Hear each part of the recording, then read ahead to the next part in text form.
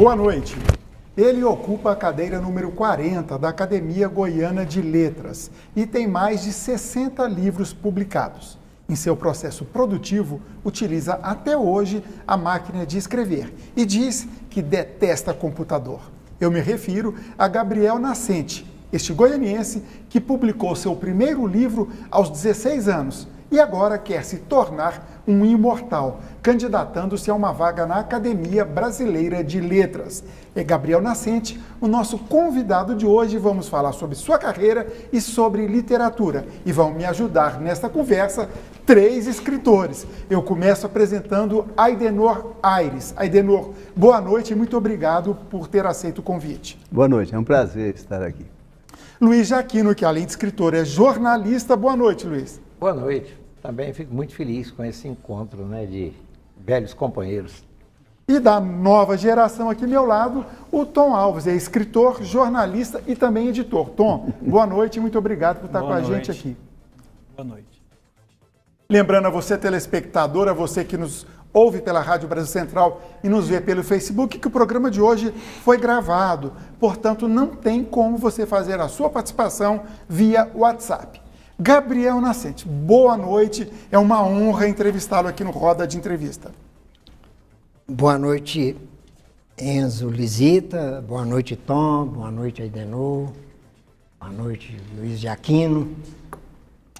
Apraz-me enormemente esse convite que me leva ao triunfo do júbilo e da honra em poder humildemente participar desse colóquio que presume-se será prazeroso, claro, naturalmente, impregnado de boas aventuras dentro do imponderável, dentro da ambiguidade, que tudo isso faz a poesia e faz a hora, e lembrando que neste momento, meus amigos, a emoção que tenho é a mesma emoção de quem tem vontade de sair correndo daqui, com medo de esta mesma emoção eventualmente atropelar o meu verbo.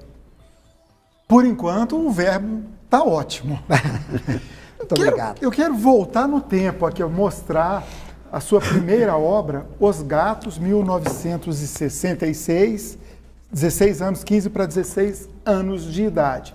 Tem aqui a sua marcaçãozinha, né? Um livro de poesias. Então eu quero voltar no tempo. Sim. Como surgiu o poeta, o escritor Aidenor Gabriel Nascente. Eu olhei para o Aidenor, tanto poeta aqui ao meu lado, falha nossa. Mas enfim, como surgiu o poeta Gabriel Nascente aos 16 anos? Como vinha essa vontade antes dessa primeira publicação? E como foi naquele até período difícil, né, político do país, publicar naquela época?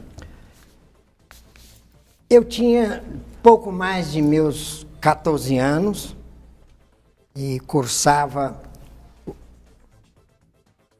Escola Técnica Federal de Goiás, o curso industrial de aprendizagem.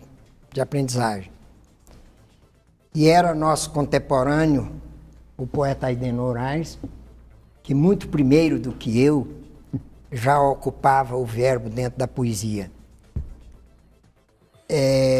Fiquei conhecido nessa fase da minha adolescência, de 13 para 14, 15, 16 anos, até a publicação de Os Gatos, como um adolescente rebelde, à procura de um instrumento que pudesse dar vazão às coisas que atormentavam o meu espírito, a inquietude da minha alma. Não fui eu que escolhi a poesia. A poesia me levou para dentro do seu ventre. A poesia me abraçou naquela idade, quando devo lhes dizer que escrevi a maioria dos poemas que compõem este volume, esta plaqueta, que chamaríamos de livro. Eu mal sabia que Gonçalves Dias era o autor de Canção do Exílio. não tinha o menor contato com o mundo, com o universo da linguagem poética. Exceto que, a meu lado de banca, estava o poeta Aidenor declamando Castro Alves. Como é que foi isso, Aidenor? Bom, nós nos encontramos lá na escola técnica e eu fico tentado a acrescentar alguma coisa na história do Gabriel, porque eu acho que a visão minha de fora é diferente da dele, né? Porque eu assisti ele fazer o primeiro poema. Então, o Gabriel era famoso no bairro Popular por andar de bicicleta, consertar máquinas, andar de moto, correr de bicicleta, se trepar nos telhados. Menino travesso. Era um menino travesso, mas era um travesso genial. Então ele pegou o apelido de cientista louco, porque não era uma travessura gratuita, ele sempre estava querendo criar coisas. Havia uma explosão de criatividade nele. E na escola técnica, era uma escola muito humanista, porque herdou de Goiás, da cidade de Goiás, a escola de aprendizes artífices, e muitos dos que trabalhavam lá na escola eram pessoas que vieram de Goiás, então ligados a escritores, a artistas. Então a escola tinha um ambiente bom. Então nós, ao invés de ficar aprendendo a consertar as máquinas e rádios, nós ficávamos fazendo teatro, declamando poesia, essa coisa. E num desses eventos, apareceu lá um grupo de teatro. E esse grupo fazia uma comédia, uma coisa de esquetes. Eu não me lembro se chamava Brasil 66. Não. E aquele grupo tinha uma quantidade de monólogos sobre o Nordeste. Na época da seca, aquele negócio na época dessa música que chamava o problema da seca. E o Gabriel ficou tão entusiasmado com aquilo, ficou andando lá no meio dos artistas, que ele escreveu um poema que chamava Nordeste. E esse poema ele foi ler na sala de aula.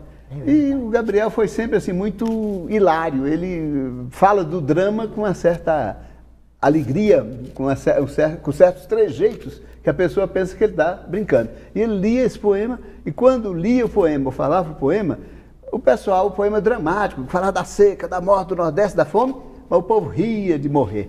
Então esse foi o primeiro poema dele, chamado Nordeste. A partir daí desatou-se. E há um episódio interessante que ele começou a escrever e dava tanta preocupação na escola, no serviço de orientação educacional, chamava ele lá, a mãe e tal, para ver o que aquele menino podia fazer para aquele menino parar. E a escola, a parte psicológica da escola esgotou. Falou, não dá para mexer com esse menino mais. Aí chamaram um técnico da alma, um psiquiatra. E ele fez lá as avaliações, os estudos com o Gabriel e tal. Depois chegou e falou para o pessoal, ó, esse aí não tem jeito não. Essa doença aí não cura não, isso é poesia. Então, a partir daí ele seguiu, estava por escrever Os Gatos nessa época. E teve sempre nunca mais parou, porque ele tem uma facilidade não só de escrever, que é uma permanente cachoeira de metáforas a escrita dele, até na fala, né? Como também a facilidade de relacionar com as pessoas.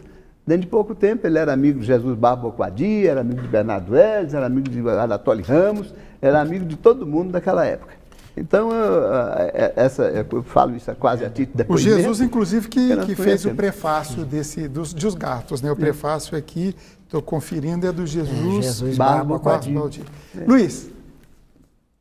Eu conheci o Gabriel Nascente, ele já tinha alguns livros. Aliás, quando nós nos aproximamos, ele já tinha alguns livros, foi pela década de 70, né?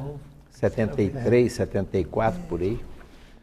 Mas eu conheci o Gabriel Nascente ainda nos meus primeiros meses de BEG.